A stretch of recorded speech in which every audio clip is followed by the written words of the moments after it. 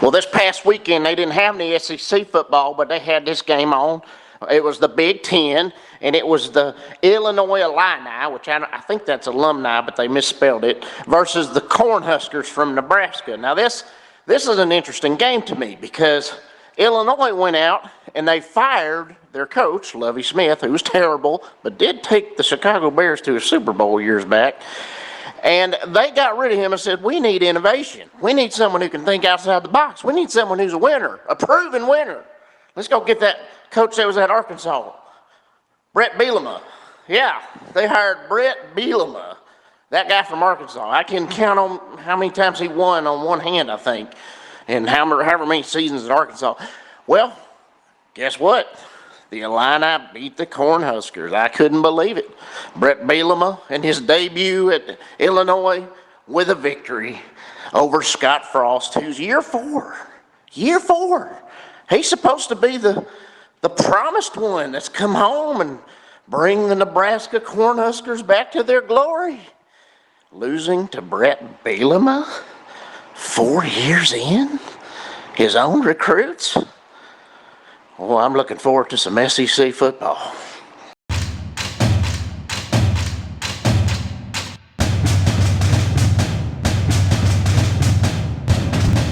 Welcome to the third Saturday in October, your SEC tailgate podcast for the rest of us. SEC football is here. It's week 1.5 because Tennessee played last night. The full slate of games coming up Saturday and Monday night. And that little gem that you just heard just showed up in our inbox earlier this week. Somebody is excited about SEC football, and it's not just the two of us. I am Tennessee Bradley. Along with me, as he is every week, Alabama Chris. And Chris, let's talk some SEC football. It's game time. Oh my gosh. Yes, it is here. Like, we are at the precipice. We are already in the season. We already have a W in the win column for an SEC team.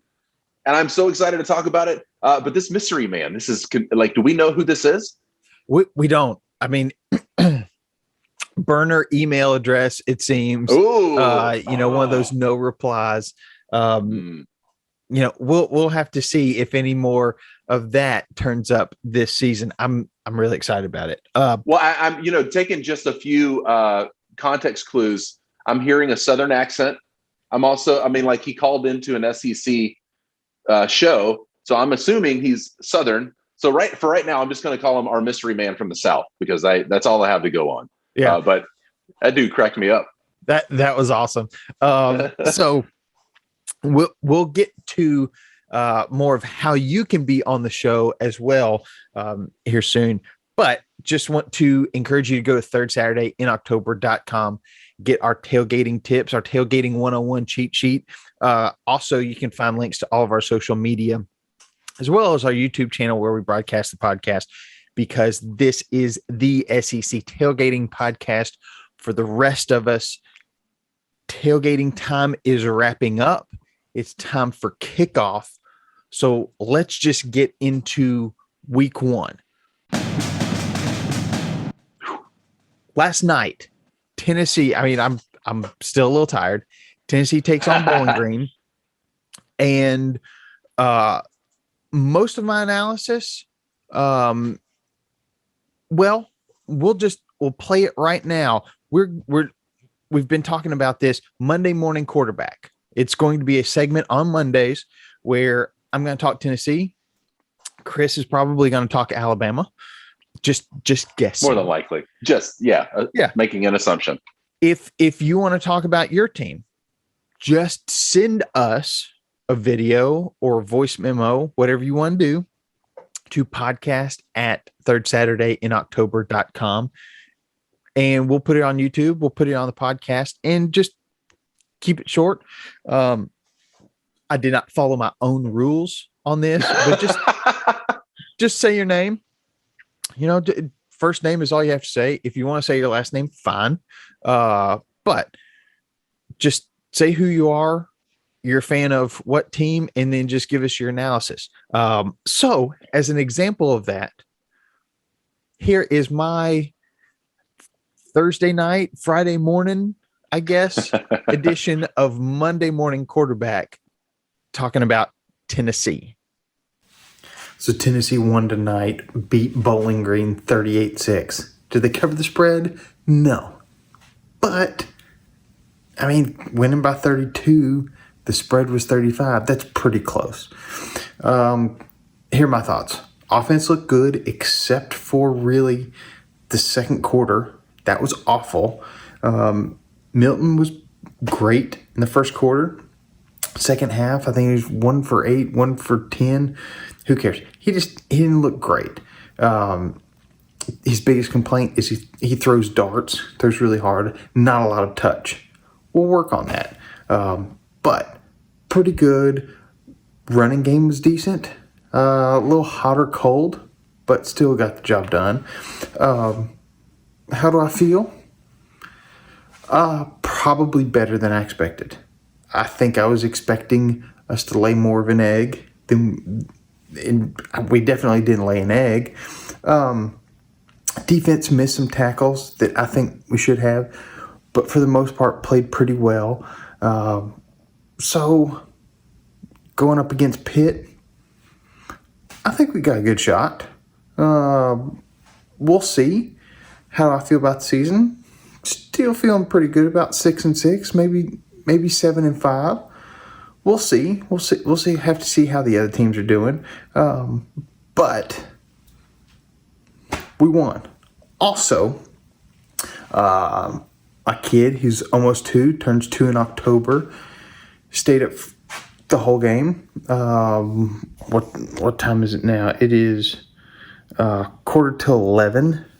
And so he stayed up a little late. He also just stays up late, sleeps late. He's a night owl like the rest of us. So he didn't stay up that late, but I think he had a big time. Learned how to say football. We posted that on Instagram.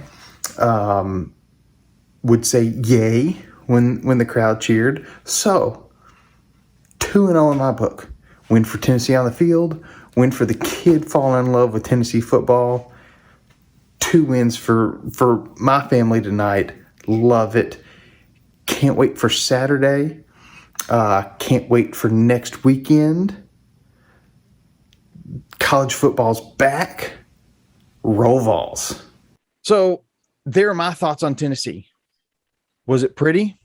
At times. Yeah, at times. But still a lot to work on. Coach Heupel said a lot of the same at after the game. First time seeing Joe Milton play quarterback for Tennessee. He had every throw was a rope. I don't think a single throw got over about 15 feet above the ground. Yeah. It was good. Receivers also had a couple of big drops that should have been catches. So how do I feel?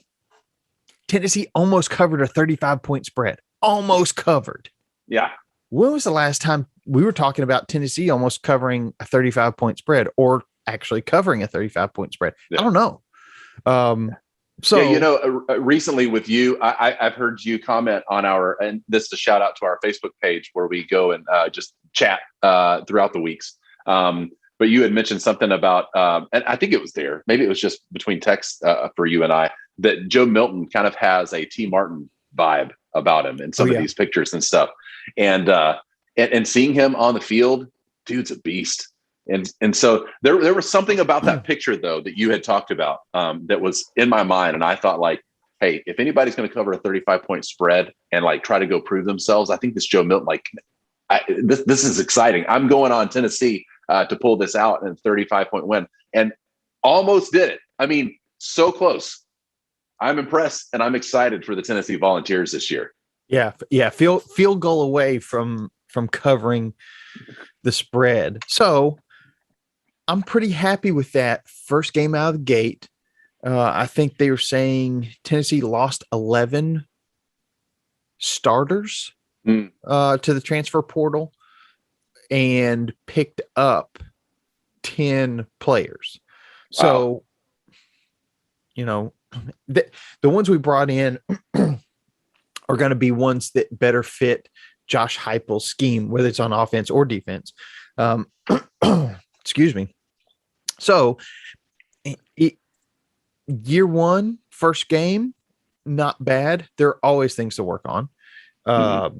And that's one of the reasons why you schedule a Bowling Green who is only supposed to win, I think, 1.5 games, or the over-under set at 1.5 games this year. Yeah. Wow. Yeah. They're not good. At times they looked pretty good against Tennessee. But we'll see. We've got and I think next week. Yeah. But we'll talk about that next week. Looking forward to challenge. So yeah, I was going to say just quickly before we move on that again, yes, it was Bowling Green, but I saw some flashes of some things, and then I'm excited about it. I mean, was it both of your running backs last night had over 100 yards each? I can't remember. I do remember seeing that we averaged over 5 yards a carry. Yeah, which is kind of surprising because some of our runs, I felt like at times we're just getting stuffed, and maybe it was just into the first quarter. Second quarter was terrible, but just not moving the ball. But yeah, good blocking. Had an injury on the offensive line. We'll see how that plays out. Look like an ankle or something. Hopefully just a sprain. We'll see if our center is ready to go for Pitt next week. I think the most fun was my almost 2-year-old son had a blast. He learned to say football last night. He knows his colors. So we'd ask him, what color's on the TV? Orange. That's kind of how he says it. But when it was time to put on his Tennessee shirt, it's like he knew what was going on. He was like, "Yep, we're putting on the orange and white. Let's go do this." He had a blast. Stayed up for the whole game, which was till almost 10:30, I think. And just FYI, he's up that late most of the time anyways. We try to put him to bed at 8:30. It just doesn't work. So it was fun watching football with him, and excited about even more games this Saturday. So let's start making picks. Let's do it, baby. Obviously, we've already talked a little bit about Bowling Green at Tennessee. Everybody who's made their pick so far picked Tennessee. So everybody in the Pick'em League is 0-1 to get started. You can still go make your picks up until I guess it'd be 11 a.m. Central, noon Eastern. Once those first games kick off, we're closing the Pick'em. So you've got until 11 Central tomorrow, Saturday, to go make your picks. Up first, UL Monroe at Kentucky. Kentucky by 31. I'm going with Kentucky here, and I'll say it's because Coach Stoops is putting an emphasis on the passing game. I think his defense, I trust his defense much more than I trust Tennessee's defense. I want to see Kentucky put some air under the ball this weekend, so I'm going with Kentucky over University of Louisiana Monroe.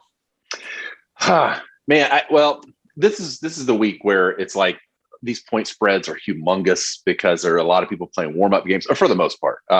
It's hard to pick spreads when it's 30 plus. It really is. Yeah. And I will go ahead and tip my hat and say that typically, historically, when it comes to me making picks, if it's in the middle of the season when I can use a bit more data to analyze the games, and again, we're not about stats necessarily over here. So who uses data? This is not the podcast for data. No. He's a character from the Goonies. He's a good friend of mine, and I use him for some college football knowledge, is what I'm saying. Yes. And so, for that particular reason, sure, why not give Kentucky 31 over University of Louisiana and Monroe? I picked them too. I think it's going to be a wild weekend. But I think I'm going to refine my picking choices as the season goes on when I just have more information to draw on. But like, heck, yeah, why not? But I really did think that Tennessee had a chance last night against Bowling Green and just was under the point spread there or under the pick'em. But yeah, I'm picking Kentucky too. So we're 2-0, at least for me, picking on the SEC East so far. Yeah. Then we've got Rice at Arkansas. But by the way, almost every, I think there's only one. Yeah. The SEC is favored in all but one game this weekend. Rice at Arkansas. Arkansas, 19.5-point favorite. Sticking with the SEC. Arkansas. I mean, it's Rice. I don't know about baseball in the last couple of years. They've won a College World Series. Wow. They had a good team for a while, at least back in the early 2000s, mid 2000s. But I mean, I believe in Sam Pittman. I like what he's doing. He's got his players believing in him. So I'm going with Arkansas to cover this weekend. Yeah, Rice just sounds like one of those teams that like maybe won a college football national championship, but like in 1925 or something like that. Yeah. So like 100 years ago, the Harvards and the Rices and the Colgates were making their name in the college football landscape, but not really these days. So I'm also going with the Sam Pittmanites and choosing Arkansas to cover that spread. Yeah, in the Razorbacks versus the Owls, the Rice Owls. I'd like to see that in actual, like a Disney animal documentary, Owls versus Razorbacks, just to see what would happen there. Yeah, you get the cunning wisdom of the owl, but then you also just have the brute force strength of the Razorback. Right. Then on ABC in that traditional 2:30 slot, we have Alabama versus Miami. Alabama favored by 19.5 over Miami, the same spread as Arkansas over Rice. Arkansas over Rice. That sounds delicious. Doesn't it? Hog over Rice. Yeah, hey, I'll take it. Okay, so I'm on a mission to develop the signature third Saturday in October dish. Hogs over Rice. I love it. So that more on that to come. But Alabama. Wait, did you just say moron? Yeah, moron. Moron. I thought you were calling me a moron. Okay. Once you see what I come up with, yeah. Moron, yes. This guy. Yeah. So Alabama versus Miami. I believe we differ for the first time on this one. Yeah. I'm going Alabama. Mainly because I think they just come out ready. I mean, I think some of them got chips on their shoulder based on what Saban has said. Saban's thinks that their head game is not right. And I think they probably want to come out and improve something. And whether Saban is, trying to portray a certain image of his team, or if he actually needs to say that publicly so that his team hears it, not just in practice, I don't know. But the guy knows what he's doing. So I'm going with Alabama to cover. And I've got a little different take here. I think Alabama wins. I think they win decidedly, but not if you just look at the first two quarters of play. My thought is I get nervous about games like this. I feel like that Alabama is going to win, but playing such a team so early in the season, and we've got a lot of folks that we're trying to get comfortable in an actual game setting as well. Although Bryce Young has played in games, he's never started a game. And so this is going to be new for him as well. And then Miami's quarterback, King, is a senior with a lot of experience. And so my feeling is that Miami comes out strong early, puts Alabama on its heels a little bit. Bryce Young warms up to his position, but ultimately pulls it out in the end. So I feel like that Alabama doesn't quite cover, but they do win. And maybe it's kind of like how Tennessee was yesterday. They almost got to that 35-point mark. I feel like Alabama may struggle early, but then find its footing and figure out a way to pull out a 2-touchdown win for me. So again, this is Homer guy who I look more critically at Alabama than all the other teams combined. And so I look at the areas that I am nervous about. And right now, my biggest area of nerves is Bryce Young, of just how he will handle the spotlight, how he will handle being Mr. NIL for the last couple of months. Is his right hand fully healthy? I mean, he didn't sprain it or anything, inking all these deals. Has he gotten that adequate rest? I did not take that into consideration when I was making this pick. So those are some good points. Yeah, certainly sore, if not actually sprained from all those checks he's been having to endorse. But yeah, so it's the intangibles that I feel like at Alabama, if you just look at position by position, strength, I feel like that Alabama has that on their side, but I feel like they're going to need some time to get going. So that's my prediction. Alabama wins, doesn't cover. I totally see it. I don't know how this game plays out, but next we have Louisiana Tech at Mississippi State. The Air Raid Pirates favored by 23. I'm going with the Pirate. I don't know. I don't feel good about going with State on this one, but I am. Chris, where are you leaning for this one? I'm leaning Mississippi State win, but not cover, much like the Alabama game. I've got 2 in the West and 2 in the East that I chose against the SEC, and that's my second in the West there. Again, I feel like that I actually am pulling for and choosing all of the SEC teams to win this weekend, but maybe not always to cover. So Mississippi State. I'm going to say they do not cover against La Tech. A lot of Louisiana schools playing this weekend in the SEC. Yeah. And, by the way, thoughts, prayers, donations go to Louisiana and the Gulf Coast who just got hit by Ida. Pictures and videos, not pretty. Good call. Yeah, I think LSU has been. They actually moved the football team to Houston to do their game preparation stuff. So they're actually not even in Baton Rouge right now. So they prepped at the Houston Texans facility this week, and then flew to UCLA, I believe, last night. The commentators were saying that the team was watching the game on the plane. So gotcha. And I think I don't know why they want to watch that game, but. Another Louisiana school, Tulane. Also, Alabama hosted them because they had to leave their facilities, and so Alabama was letting them practice on their facilities and fields and indoor practice fields and stuff. So, yeah, it looks like that all the Louisiana schools are getting, or at least the ones that I've heard of, are getting help from other schools. So that's nice to hear that camaraderie.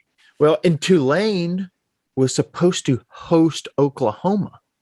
Oklahoma.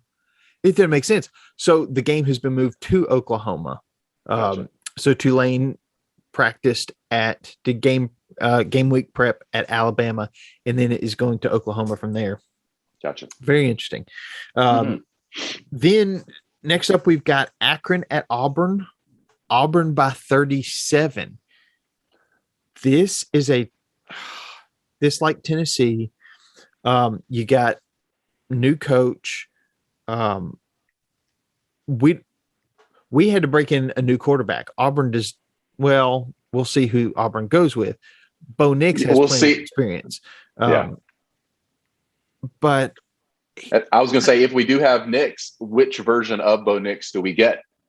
Yeah. And I mean, Akron they've got to be better than Bowling Green, right? And if Auburn's there kind of on par with Tennessee, which I think they're even a little bit better. I don't know. 37 is a lot to cover. So I went with Akron I think Auburn still wins decidedly, 3 touchdowns plus, but 37 is a lot to cover. Yeah, I'm picking the Zips as well. Again, not knowing which version of Bo Nix we're going to get, because there have been some consistency issues with him. And I love his story. I love the history of Bo Nix, and then finally playing quarterback at Auburn. I think it's one of those like just feel good stories that he grew up such a big fan, and now he's the captain or the general on the field. But like you're saying, 37 is a lot of points to make up for. And so I initially was going to pick Auburn, assuming that like maybe they would come out of the gate and really try to make an impact, make a statement.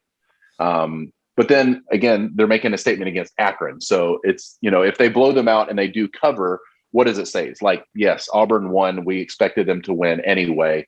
But can they do it against other opponents? So maybe my thought in Akron covering or choosing Auburn to win, but not to cover is just that. Like maybe they have some firepower that they're going to call on, but not all the way to 37 points. So I think that they're going to try to ease into the season, knowing they probably have an easy W here.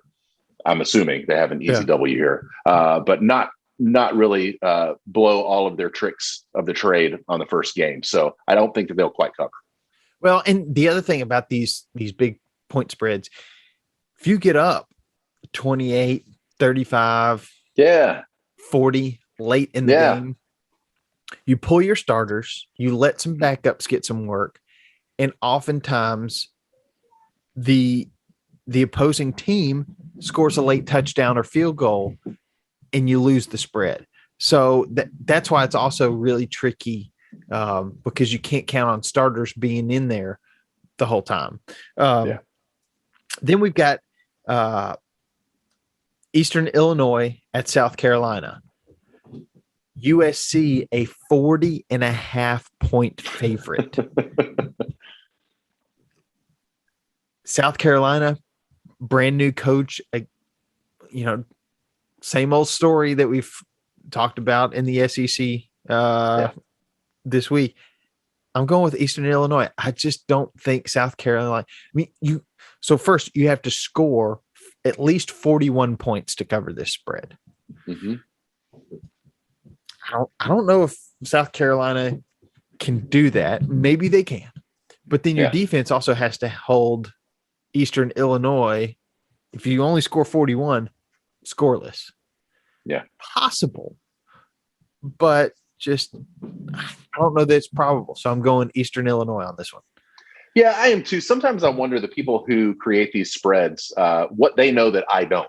And so to put South Carolina at 40.5 points, it's such a large number that so few teams can do. But then again, playing Eastern Illinois, maybe they know something that I don't. But even with that, it's like I'm agreeing with you that I don't see how South Carolina's offense scores at least 41, or the defense keeps Eastern Illinois from putting up points to bring that themselves inside the spread. So I don't see 40.5 points. I think that South Carolina wins decidedly, but not 40.5 point win. Yeah. And then we've got FAU at Florida favored by 23.5. Florida Atlantic. Are they the Owls too? I think they are. They got some sort of, I think, bird on their logo, but I'm going with Florida. Florida has never been a team since I've known them not to run up the score. Or at least that's how I feel. So I think they overmatch FAU. I think Emory is getting the start for Florida at quarterback. He's had flashes in the past, so I don't know. I'm not going to bet too much against Florida until I see something. What are you thinking, Chris? Yeah, almost the exact same thing. Again, FAU, a couple of years ago when Lane Kiffin was their coach, and you are right. Owlsley, the owl, is their mascot. for FAU. When Lane Kiffin was there, I could have said that maybe there would have been a bit more potential to get Florida to not cover that spread, but I don't see it yet for what they've done post Kiffin, and so I think that Florida covers. Yeah. Then we have the highlight of the weekend, at least if you're asking me. Georgia Clemson. Man. Georgia a 3-point underdog in this one. I think since we released this pick'em, I believe it's changed to 2.5. It may be kind of going back and forth, but not a lot of difference here. I like Georgia. They got JT Daniels, and I know he lost. Who is it? Carl Pickens.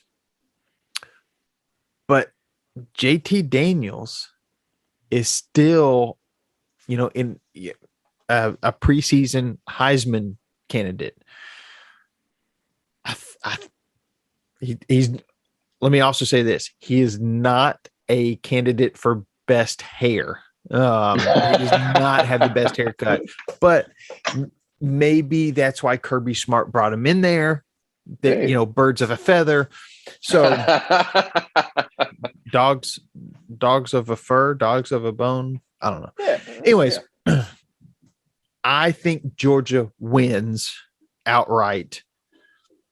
It's a little bit of home field advantage for Clemson. It's in Charlotte, North Carolina. Clemson's just down the road in South Carolina. Georgia's got, I don't know what the drive is from Athens. It can't be that far, or plane ride or whatever. But I'm going with Georgia. Yeah, me too. Again, this is amazing to me that in week one we get maybe the game of the year, or at least I think it's going to be top 5 as far as the impact that this game means for the rest of the season. Clemson and Georgia are almost in that we don't rebuild, we reload kind of tier of football programs. And especially since Dabo has been at Clemson, it's been an amazing thing to watch what kind of program that's been built at Clemson. But I think that JT Daniels is that X factor. I think that again, I don't know if I've ever pronounced the name correctly, but I'll try here. Olungwelele, the Clemson quarterback. I think that he is going to have. Hey. I got you. There we go. Yeah, that was it. Nailed it. Yeah. Nailed it. I think that he's going to have flashes of brilliance this year, but I don't know with the JT Daniels experience versus his experience. I think that that's going to be that X factor in the game. That's what I'm watching for. But I think that Georgia actually pulls it out. And maybe that's because I'm an SEC homer. Maybe that's because I feel like that the Dogs have a lot of potential this season. But I'm picking Georgia as well. Well, and this is pretty interesting. Between Georgia, Clemson, Alabama, Miami, 4 preseason Heisman candidates in 2 games. And both those games being played within the SEC. Wow. There should be some good football to watch before we start SEC play. So, yeah. 2 SEC teams, 2 ACC teams. That's nice. Yeah. Yeah. Then we've got Kent State at Texas A&M. A&M, a 20.5-point favorite. I don't know. I think Jimbo's got something going at A&M.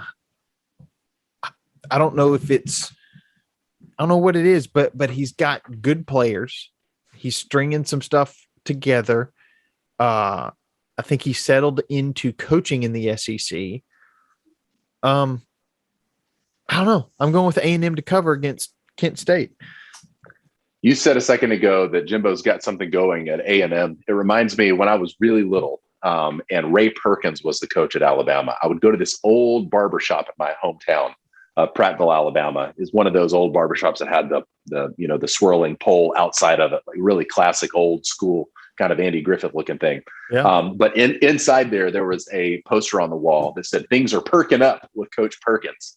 And then that reminds me of the last couple of years for you and like, let's do it, Coach Pruitt kind of things. But like, now it's believe the hype. Believe the hype. Oh, I like that. I like that. Here we go. Okay, believe the hype. Bowl. Yeah, I love it. Okay, so what you said that like Jimbo's got something going at A&M. That reminded me of one of those things. It just sounded like, oh, here we go. I like this. And I agree. I think that Jimbo and the Aggies are going to get a lot of pressure to those folks over in the SEC East, or I'm sorry, the West this year, and maybe make a run for the big prize. I think that they have a lot of potential this year. So I'm saying that they easily cover the 28.5 here. Then we've got ETSU at Vanderbilt. Vanderbilt, a 21.5 point favorite. The question is, can Vanderbilt score more than 21 points? I don't know if they can score more than 21 points. I don't know if they can score a lot more. I'm going with ETSU to cover the spread in Vandy's season opener. I'm in the exact same way. Vandy wins, but does not cover the spread. Is my thought there. Again, until I see something more, that's kind of my mentality on Vandy this year. There's nothing against Vandy. It's just I need to see them prove that they can, even against ETSU, put up 21.5 points, and I don't know that they have it yet. So looking forward to it, and I hope for good things this year for Vandy. But I'll know more when I'm doing some Monday morning quarterbacking myself. Yeah. And then we've got LSU 3-point favorite going out to UCLA. UCLA put a hurting on Hawaii last week. But I'm going with LSU. I think they bounce back. The thing that kind of has me worried is they are traveling across the country. It probably helped that they went halfway earlier in the week. But for a lot of those players who are from Louisiana, plus they live in Louisiana now, with that hurricane coming through, how much of a distraction is that? Yeah. I'm not saying it's a bad distraction. I'm just saying you're thinking about that. You can't focus. It's a big deal. But I do think LSU wins and covers against UCLA. It's an interesting intangible about Hurricane Ida and the impact that it may or may not have on the LSU team. That's interesting. I'm picking LSU as well to complete my all SEC dominant thought here. Again, not all of them to cover, but I think LSU does win this one. I like Chip Kelly. I like UCLA. That win last week against Hawaii. It's interesting that I haven't even played a game yet, and they're already going into week 2. But yeah, I wonder if, like, again, it could bring some people down for LSU going through that, but it could also pump them up. Like, let's play for our folks. And so, look at the Saints the year that Katrina came through. That's the year that they won the Super Bowl. The whole city rallied around that team.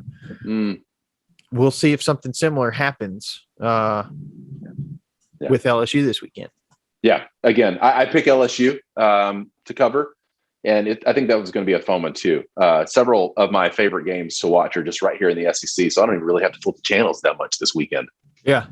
Well, so those are the picks available to you.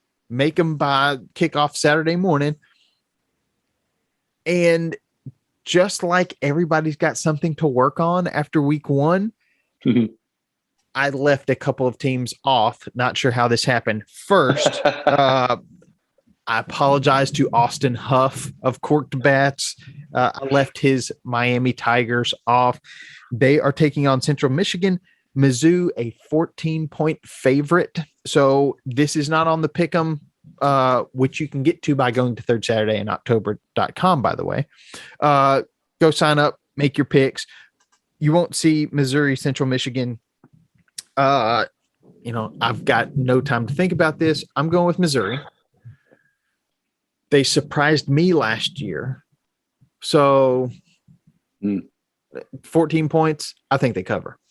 Yeah, me too. I say Missouri does this in some nice fashion and sets themselves up early on in the season and takes this one and the points. Yeah. Then Monday night, I think I just didn't scroll far enough. Monday night, Ole Miss takes on Louisville. Ole Miss only a 10-point favorite. I mean, is Louisville supposed to be that good? Give me Ole Miss. Give me the Lane Train Express. You're gonna have to score a lot of points. Alabama knows this. You got to score a lot of points to keep up with Ole Miss. Ole Miss may give up a lot of points, but 10, I think they can cover 10. That's what I'm thinking too. Like, again, some of these point spreads, they seem too high. And like, what do they know that I don't know? Yeah. And then with 40 this, and a half, I feel like, is it 40 and a half for South Carolina? Yeah.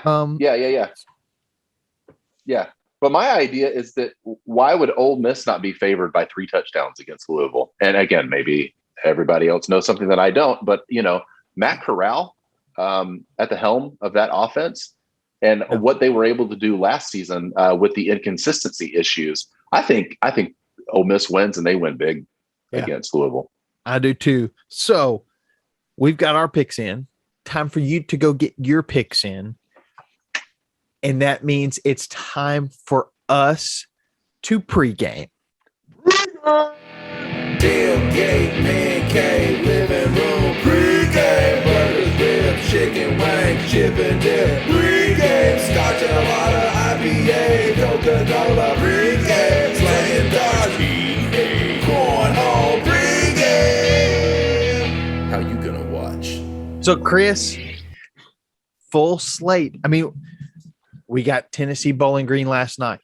Tomorrow we got a full slate. Well, we got everybody but Ole Miss, I guess. 12 games. Woo-hoo. And then it carries over to Monday night. So we should have spread it out. We should have played like 6 games on Saturday, 6 games on Sunday, have one on Monday. That would have been fantastic. But I'll take what I can get. So Chris, how are you watching the Alabama-Miami game this weekend? Yeah, I'm going to say it, and I want to know from you too, since your big game was last night. It sounds like that you and your son had a good time. But if there was any specifics that made last night special from like a culinary standpoint or just an environmental standpoint, but for me, I am enjoying it from the courtesy and the comfort of my own living room this week.